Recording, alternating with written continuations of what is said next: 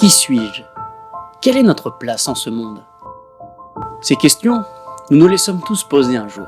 Nous nous les posons certainement à chaque instant. La vie semble prendre un malin plaisir à nous confronter à des situations qui nous font nous remettre sans cesse en question.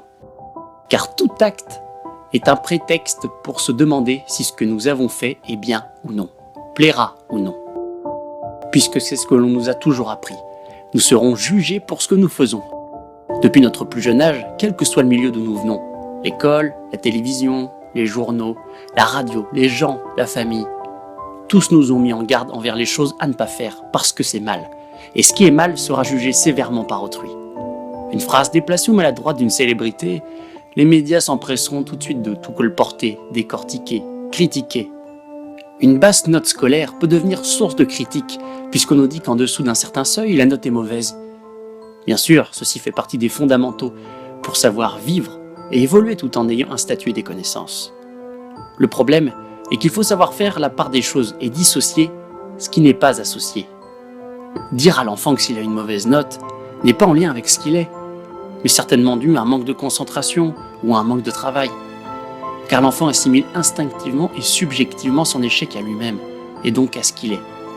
Tout ce qu'il est, étant donné qu'il est responsable de sa copie et personne ni rien d'autre. On nous juge pour cette note, le professeur, les parents. Mais en jugeant la note, c'est nous qui sommes jugés. Tout ce que nous sommes est représentant.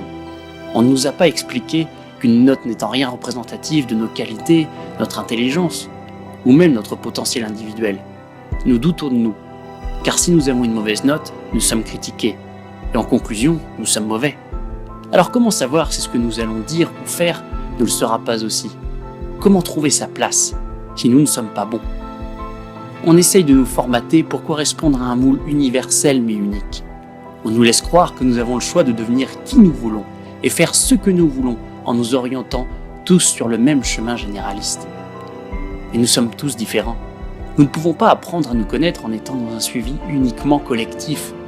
Il faut avoir nos propres routes solitaires et individuelles, en complément, ce qu'on ne nous offre pas assez. Il n'y a pas de manichéisme de bien ou de mal. Il n'y a que ce que vous laisserez derrière vous, c'est-à-dire ce que vous êtes. Car ce que vous êtes est unique. Soyez vous-même. Ne changez pas pour plaire à une image donnée ou aux autres. Plaisez-vous.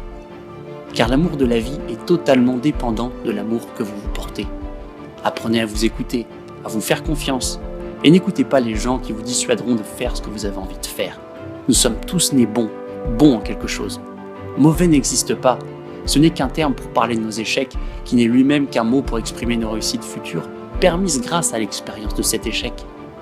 Il n'y a donc jamais d'échec, que de l'expérience acquise qui sera indispensable pour obtenir ce que l'on veut et désire. N'ayez pas peur de vivre votre vie. C'est en ne la vivant pas que vous aurez peur d'elle. Elle peut être dure, le chemin sera semé d'embûches et d'obstacles, mais n'abandonnez pas. La réussite est au bout du chemin, quoi qu'il arrive. Réalisez vos rêves. Et ne vous retournez pas plus tard en ayant des regrets. Regrets de ne pas avoir osé les choses, de ne pas avoir vécu la vie que vous méritiez, que vous désiriez. Car tout est possible. Ne mentez pas aux autres, ne vous mentez pas. Respectez les autres et surtout, respectez-vous. Quoi que vous disiez ou fassiez, n'en ayez pas peur, car cela sera vous. N'ayez pas honte de ce que vous êtes. Vous n'avez pas à l'être, personne n'est vous. Vous êtes unique, alors personne ne peut vous juger. Et même si certains le font, c'est dans l'illégitimité. Alors ne les écoutez pas. Notre place en ce monde est où nous l'avons décidé. Et qui nous sommes? Nous sommes simplement nous-mêmes, uniques, incomparables. Pas celui qu'on nous a imposé d'être, mais celui que nous sommes véritablement au fond de nous. Soyez forts. Vous avez cette force en vous pour réussir. Il suffit de savoir l'écouter. Malgré les épreuves de la vie, n'abandonnez pas. Continuez le combat. Entourez-vous des gens qui vous font du bien, qui savent vous tendre la main lorsque vous en avez besoin. Et prenez la distance avec ceux qui sont incapables de voir les richesses que vous avez en vous. Bien évidemment, même si les amis et la famille sont une aide précieuse, des gens aimés et aimants, vous seul avez le pouvoir de vous en sortir. Faites-le pour vous et non pour les autres. Parce que si vous le faites exclusivement pour les autres, vous vous oubliez. Et en s'oubliant, alors la vie n'a plus d'intérêt. Quel que soit le vécu, l'histoire de chacun, les problèmes endurés, Ne cédez surtout pas au désespoir. Quand bien même il est présent, laissez-le passer mais ne l'écoutez pas. Il s'en ira, il finira toujours par s'en aller. Et gardez l'espoir, car lui ne meurt jamais. Et même si on ne le voit plus, il est toujours présent. La vie vaut la peine de se battre, car chacun de nous y a sa place et y apportera une trace. Libérez ce que vous êtes et faites-en profiter le monde, car chacun a à apprendre des autres. Partagez votre richesse. Vous êtes uniques. Et c'est bien le fait d'être tous uniques qui prouve que nous sommes bien égaux en ce monde. Ne pas respecter l'autre, c'est ne pas se respecter.